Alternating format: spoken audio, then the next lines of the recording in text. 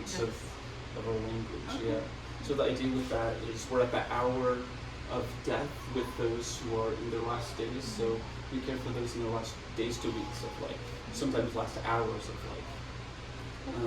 It's also at the hour when our medical system is failing to meet the needs of our community, especially for people who are unhoused or don't have insurance or immigrating, things like that. So we're able to meet that need that the medical system isn't meeting. And it's at the hour when kind of our communities are divided and we're not caring for our dying in the way that they used to be cared for. Back in the day, since the beginning of humanity, it was humans taking care of humans at the end of life, but now it's a machine, a medical machine, trying to care for people, and of course that's not going to work out and create dignified care, so we're kind of going back to the roots of our very humanity, and bringing human and dignified, compassionate care to people. I love that. So much of our conversation this week is this is how it should be, just peaceful, at home, cared for with love. It just feels right. Oh, We've been talking about that a lot this week. That's cool. Well, come and have some coffee sometime when you're having one of these chats, and we can have it together. Because I'm trying to find her artwork that we have in the office. This is what Katrina painted. I would love to see. Because it's kind of what you're talking about. Yeah. Yes. Get that on the That's amazing. I don't know if it'll come through, but I hope it does. We could send you a picture too. But Please, yeah, I'd love Katrina to post painted it on our that. site too. That's amazing. And that's so huge. In our spare time, you know. Yeah, exactly. Like saving the world and helping tons of people. You'll notice as we go through the home, art is really huge to us. We know art is important at every stage of life, but all the more at the end of life, and especially from somebody who's maybe just been staying in the streets or looking at a medical wall for months and months. We want to expand the horizons, open up hearts during that time of transition, and we think art is a wonderful way to do that. That's also why we have a chef on staff. So he creates gourmet meals. We need to enlighten the senses, the smells, the tastes. It can be so powerful and meaningful. I can think of 2 people that we gave ice cream to in the last days, and it just lit up their whole life and existence. It was amazing to see. But we do that for family members too. We give gourmet meals to anybody who's here, to hospice folks if you're during mealtime, we'll get you all hooked up too. That's awesome. Yeah, very holistic view. Yes. Yeah, love that. Well, we'll start over here. We've got Dorothy in our volunteer space, so we'll just do a quick little view in here. We're gonna come in real quick, Dorothy. Ooh, that looks like a fun show. So this is our volunteer / my office space. Folks can make themselves comfortable, but mainly just the technical and business stuff happens here. Sometimes we'll take a nap or whatever if we need to. First and I will brainstorm. I like your art, the Sacred Heart and Mother Teresa. Exactly. That's pretty awesome. Yes. Which church? That is a unique. If you look closely, this isn't just paint, it's actually etched in. So this is a piece of wood, and that's like the burnt in type of details. So it couldn't have been painted over or done twice, so permanently engrafted. This was a gift to a friend who then gifted it to us. This is a church in the East Coast. It's a Byzantine Catholic church. That's obviously all that I know, The cross was visiting, because I've been to the visiting church here before. It's interesting. Okay. Yeah. It's a different style. So. Yeah. Yeah, Mother Teresa is a big inspiration. I'm sure she comes up probably in your conversations too, which would be Calcutta. So it's kind of her message that inspired us. So find your own Calcutta, do good where you are, and help those that need it. That's awesome. I like it.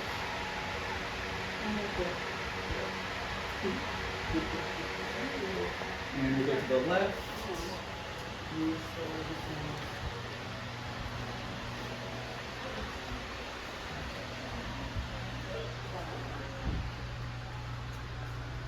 This is our forest room.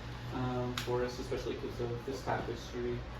these tapestries are also original art pieces. They're not like the reproductions and things. So they were made by an award-winning artist in the Philippines, and again re-gifted to us after the person made the purchase. So every room has a sleeper sofa in it, and we also have a personal mini fridge in all of them, and then of course space for their own things. Family members are allowed to stay here 24/7 if they want. We have no restrictions of visiting hours. So this room is special to us. Our very first guest lived his days here. He was with us from April 8th to May 10th. And his story was just so amazing. And actually, Dorothy, the volunteer I mentioned, that was his sister. So she moved in with him during his last days from the street to the hospital to here. And now Dorothy has become our friend and partner and volunteer, and she continues to help, and she's getting on her feet with employment and housing as well. So it's been an amazing experience working with her and working with Gerald this year. So he was also one of our first home funerals too. So we did all of the after death care and dressed him. It was amazing to see his granddaughter get in with a cloth and help to kind of clean him and cleanse him and clothe him. Such a beautiful experience with that family that otherwise would have been divided or separated because of the situations. But they all came together. It was really, really beautiful. It's a nice space for them to be able to do that. Yes, yeah. You're doing it. Amazing. Oh, it's been awesome. Mm-hmm.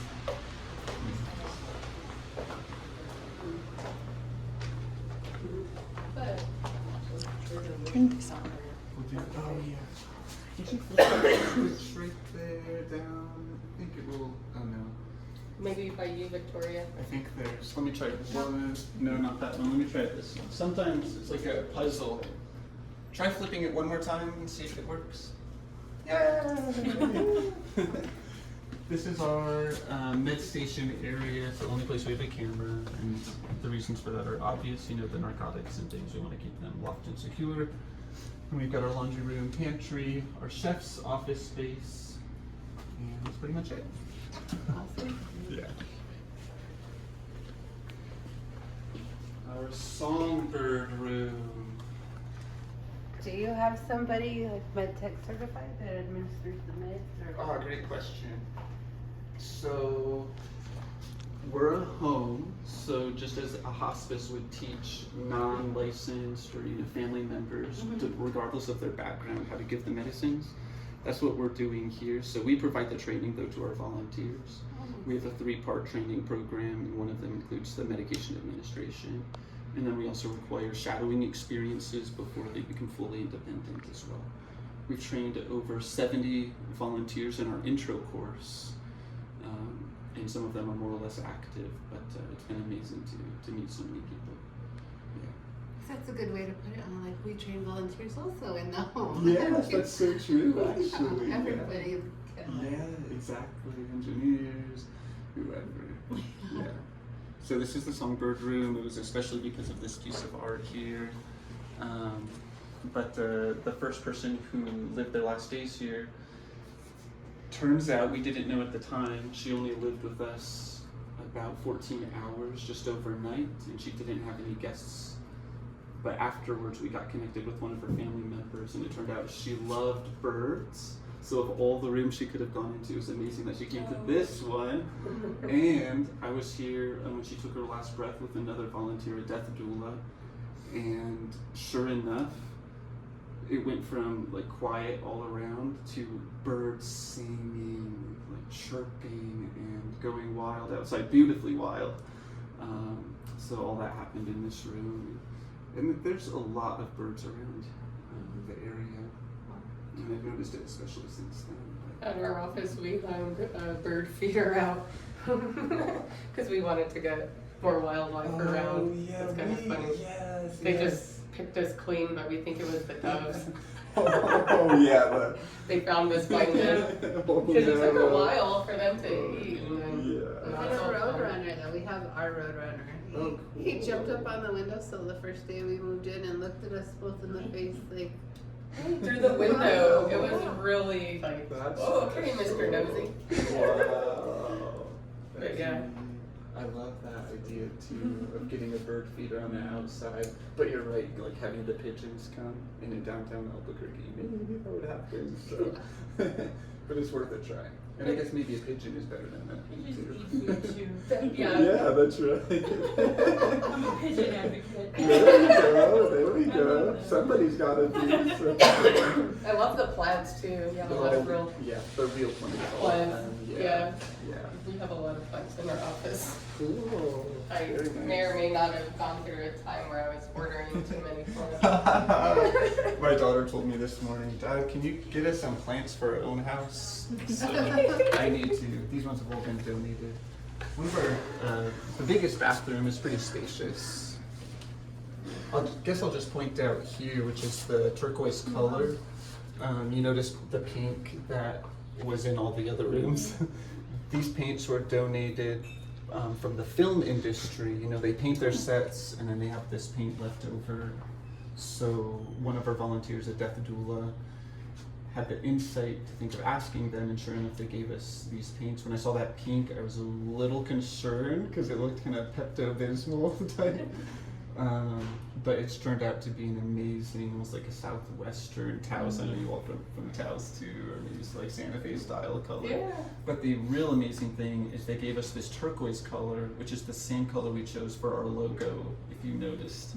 And we also got some red from them, again, without asking for specific colors. They just gave us what they gave us.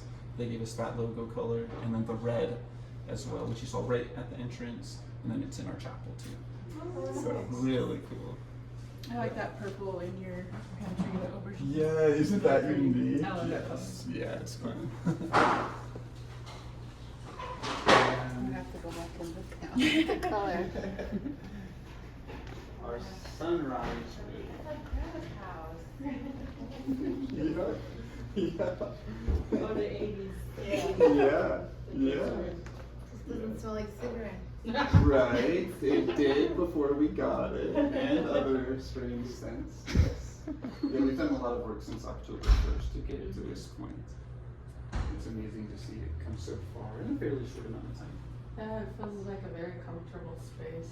Legitimately looks like It's my very old calming. Oh. Community preservation. Yeah, exactly. Hopefully many years She'll from feel now. very at home in here. Yeah. It is interesting. Sometimes people will say, or that will come to their mind, but I don't want to die here. So it is. It's a beautiful space. A lot of love has gone into it. Laying on Salt Rock. Yeah. What's the theme of this one? Sunrise. That's This is super a nice. sunrise Toxic room. for them. Yes. Yeah. But yeah, no. It's They're all fun. very big rooms, yeah. So They so far. are 3, so that's all of our guest rooms. Then we have that office room, and then our chapel, which I'll show you in a moment. And then this is our living room. This is where we've done our trainings, workshops, tours, conversations, coffee table time. So a lot of stuff happens in this room. And then we're thinking, family movie night or community movie night. There's a lot of interesting movies of death, but then also we need things just lighthearted, so you can see we've got Disney things and all types. Home Alone. Yes. How many people have been able to stay with you so far? 15. That's a lot. 15 since April 8th. Yeah. That is a lot. It is. That's amazing work you guys are doing. Shows the need. Yes, exactly. Yeah. Wow. And then we have our hospitality area. So this is where you all would be welcome when you come to grab a snack or drink. Said if you're here during mealtime, then just let us know. Cook you up a plate, coffee, and yeah, just make yourself at home. We really want everybody to feel at home.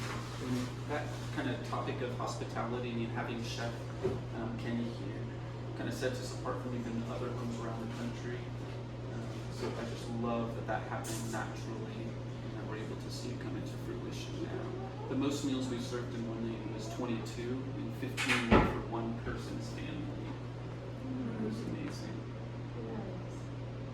I love your efforts to make it a pleasing experience for the family. It's so hard for them. Mm-hmm. It's really nice. Yeah, it's you know, there's two most important days in our life. Birthday. Yeah, that day we do a lot for the beginning, but we don't do so much for the end. And unfortunately, we even dehumanize people at their end or cut them off from society. So at least at the end of their life, regardless of what their history was up to that point, was give them compassion, was give them home, give them community. Was there a house in a different state that you kind of modeled after, or? We're part of the Omega Home Network, which connects over 50 of these homes around the U.S. Oh, wow. Yes. We sent Rosa on her first day last week. I was gonna. You're right.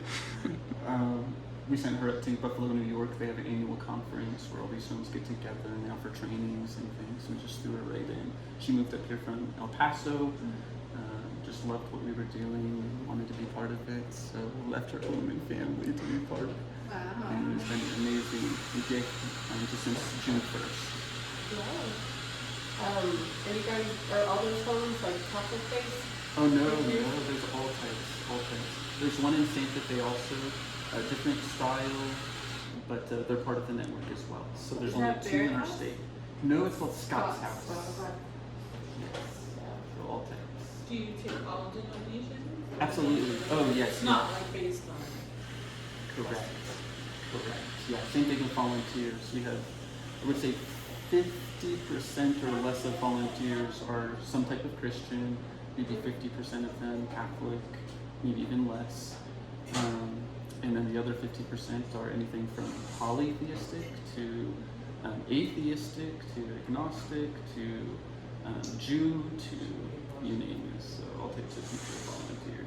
And while we're opposed to medical aid in dying or physician-assisted suicide, and we don't allow that in the home, even from our volunteer force, we have many, and some who would even describe themselves as vehemently supportive of medical aid in dying. So it's beautiful that we've found this common ground. Not just taking care of the people at the end of the day, the community, but we're all taking care of the same community members and Yes. stuff, so. Exactly, yeah. So we've cared for people with native beliefs, Muslim, unknown beliefs, because they came to us and didn't have family to communicate what their beliefs were, Catholic, Protestant, all types, and non-belief systems. So it's anyone. Where do you guys get most of your referrals from right now? Just kind of curious. Yeah, absolutely. We have a no wrong door type approach, so we can get referrals from hospitals directly. We can get them from the multiple hospices that are in town, from family members. We've had calls from all of those places, but official referrals need to come from hospices. And right now we have an MOU with 18 of them in town, and I think there's only 3 that we don't, and then renewal will be one of the next ones too, which is amazing. So the hospices who have had the most guests here, I think Gentiva, Bosque Trails, those are the 2 that come to Compassus. Those are the ones we've cared for the most so far.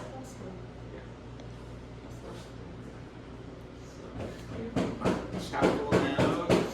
This is a really special thing. The Archbishop also allowed us to have people here.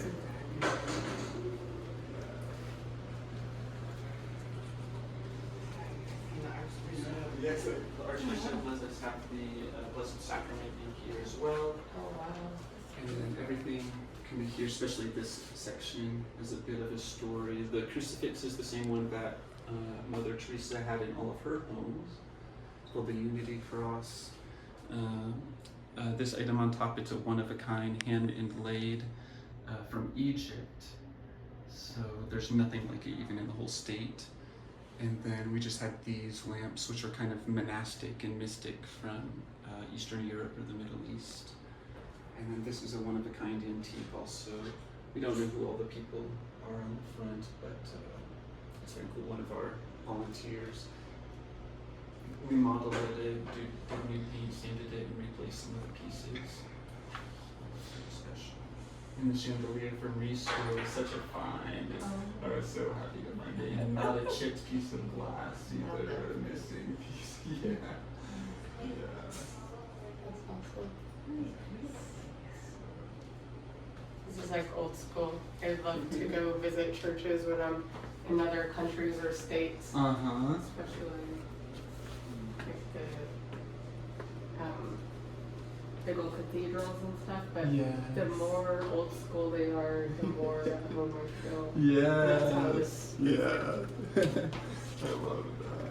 So true. Yeah, this is a unique, one of a kind piece too. From the East Coast, an artist would take old wood, either washed up on the shore or from like old barns or buildings, and would just envision these types of things. So this is Noah in the Ark. That's pretty And it nice. has a little story about where he got the wood and where the inspiration came from. Another gift. Everything in the home is from donors. We didn't like hand choose pretty much anything, from the couches to the art on the walls or whatever. That's pretty neat. It's a bit eclectic, just like our own homes, most of us. So. And we have some nice outdoor space too, so we can get to the back.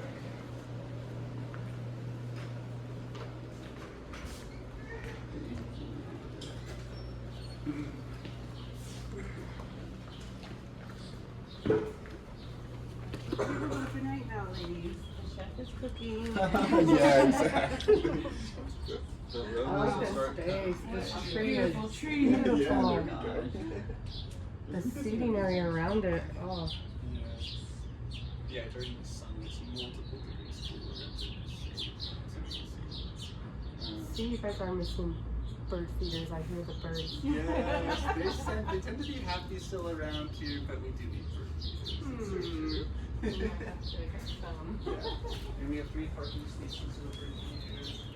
And then our real yard as well. This is our turf yard, and then we have this was a desert when we first moved in. But volunteers, including a master gardener, Velma Joy, she's brought people together. Those flowers weren't blooming earlier today. They bloomed just for you. Yeah. So this went from desert to like a real grassy area. 2 fruit trees, a fig tree and a pear tree. And then we'll have, what are those flowers for Dia de los Muertos? I forgot again. Marigolds, yeah. Marigolds in this area and other things too. So they'll be blooming at different times, which is pretty cool. Oh, and the shrine was in disrepair when we came in. We actually were given permission to tear it down because it was a hazard. It was almost leaning over. But a neighbor thought that he could fix it. It's like solid cement, multi-thousand pounds. But he was here already? It was here already. Yeah. That's pretty. I know. The statue, it's got to be solid stone. It weighs about 500 pounds. Yeah, those are very well preserved. Yes. Yeah. So yeah, that's the space. It's beautiful. It's I'm peaceful. so proud of you. Like, putting all this together. It's amazing. Like I told you, I'm fresh on the scene. I don't have the background, and then I here I know, am just. it's inspiring that there's still others out there about community and the dying process and not making it so unhuman or medical. Like, that's not what death's for. Right, exactly. Yeah, such a precious time. That's a good feel. I like the feel here. Are you gonna have a Dia de los Muertos altar? We will Festival? definitely, and a festival. Yeah, okay, We're good. thinking of a cemetery in town where we might be able to have it. But yeah, we'd love that. Yeah. Perfect, thank you. Artwork and festivity. Yeah, we already have a face painter lined up for it. So it's gonna Wonderful. happen. Yeah, it'll happen. Yeah. Beautiful. Did you want to head inside, or is this kind of answer